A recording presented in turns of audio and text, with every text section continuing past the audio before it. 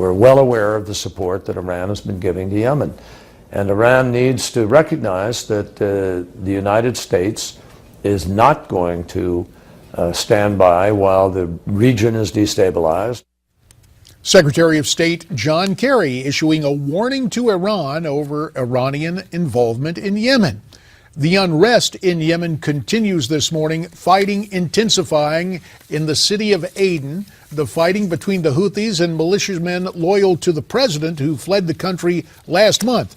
Joining us now for more on the story is our friend Michael Rubin, resident scholar at the American Enterprise Institute, specializing in the Middle East, Turkey, and Iran. And he is Skyping in from our nation's capital. And we should also point out, Michael's a busy guy. He's the author of the book, Dancing with the Devil, The Perils of Engaging Rogue Regimes. And also with us, a gentleman not unaccustomed to the perils of politics from Newsmax Washington, my old congressional colleague Bob Walker of Pennsylvania. Michael, just a matter of months ago, President Obama was holding up Yemen as a model of what could go right in the Middle East. So how did things go so wrong all of a sudden? Well, unfortunately, President Obama doesn't understand that empty red lines have consequence, that not really effectively dealing with terrorism has consequence, and trusting regimes like the Islamic Republic of Iran have consequence. We heard Secretary of State John Kerry warn Iran, but that's the equivalent of putting them on double secret probation. The Iranians simply don't take Kerry or Obama or the United States seriously anymore. Yeah, Michael, what are the consequences now in the Middle East of having, for instance, the Saudis recognize the kind of dearth of leadership of the U.S. and weighed in themselves in the fight in Yemen? Well, of course, this isn't the first time the Saudis have intervened in Yemen, nor if the Egyptians go in will it be the first time the Egyptians have gone in. In the early 1960s, they were there before. That said, I mean, certainly as the Saudis are taking on Iran, that may be a good thing. I have no complaints about that. The problem is we're taking our eyes off the prize when it comes to Al-Qaeda in the Arabian Peninsula, a group that's been responsible, for example, for trying to bomb Times Square in New York. Ultimately, when we have a situation like that, we need to start to worry that they are going to take advantage of the chaos. Well, mindful of that, and look, war is not a game. We all understand that, but it's been described essentially as what we have right now is Saudi Arabia versus Iran in Yemen. That's basically what this conflict boils down to. Now, you mentioned Egypt. Are we really going to see a pan-Arab, pan-Islamic force get involved there in Yemen? Well, we might. Saudi Arabia has the money, but it doesn't necessarily have the men in uniform. The Egyptians have that and need the money, so you could see some sort of alliance there. But what this is shaping up to be is Syria version 2.0, where you have the Iranians on one side and you have the Saudis on the other side. And ultimately, you have the United States on the sidelines. No one trusts us anymore. Even our own allies don't trust us because the Obama doctrine is embrace adversaries and throw allies under the bus. But it seems interesting to me that the administration seems to, on one hand, recognize that the Yemen thing is failing. On the other hand, are negotiating the Iranians, and they don't seem to put the two things together. Well, you're right. There is no coherent strategy in the White House. This is the job of the National Security Council and the National Security Advisor. The National Security Council has become a huge bureaucracy, but it's not really doing its job. Someone needs to ask Susan Rice what's going on.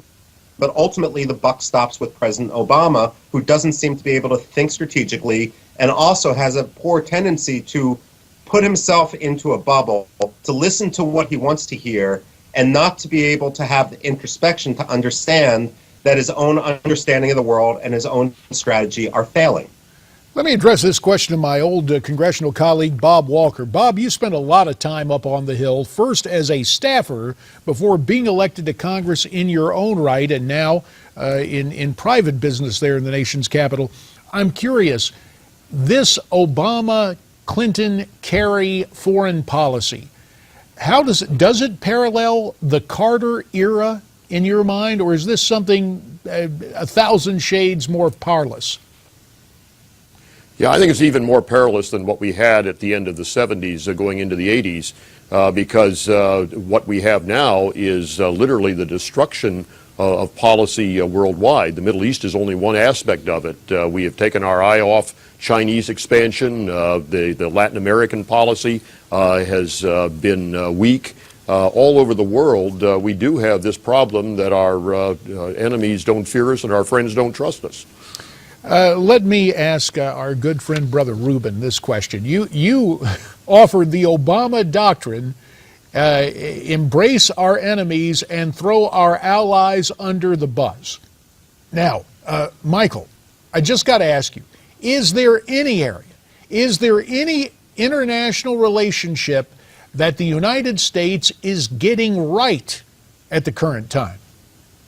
Well, I don't think we've ruined our relations with Liechtenstein. But if I have to scrape the bottom of the barrel like that, you know things are really in trouble. Look, this is the problem. When you lose credibility on the world stage, it's impossible to get it back with the wave of a wand. It's not like losing political credibility and then a new president comes into the Oval Office. Part of it's also President Obama's world vision. He sees the U.S. military and our ability to project power as an arrow in our quiver in which to engage in wars of choice. He doesn't understand that it's the proverbial finger in the dike preventing a deluge of chaos. And when you do have that chaos, it's not going to be multilateralism or the United Nations which are going to fill the vacuum. It's going to be the forces of evil, terrorists, the Islamic Republic of Iran, and that's what we're going to be paying the price for. And yet, Michael, it is true that he signaled a lot of this in his first campaign in 2008, that this was the direction he was going to go, and somehow we have not held him accountable throughout the entire presidency. Isn't that a part of the a political dialogue that should have been taking place? And Michael, about 30 seconds to answer this, if you would, please, sir. Yeah, no, I completely agree. I mean, we got what we paid for. Ultimately, what I worry about is that this is only the tip of the iceberg. President Obama, we're seeing the real unvarnished Obama now, and the question is, what damage can he do in the next 20 months? Michael Rubin, author of the book Dancing with the Devil. We thank you very much for your time. Who says that policy experts can't come up with good slogans? At least now we know we probably will not be licked by Liechtenstein. Thanks very much for that assessment, Michael. There is more ahead this morning on America's Forum, but right now we step aside for a Newsmax Now update.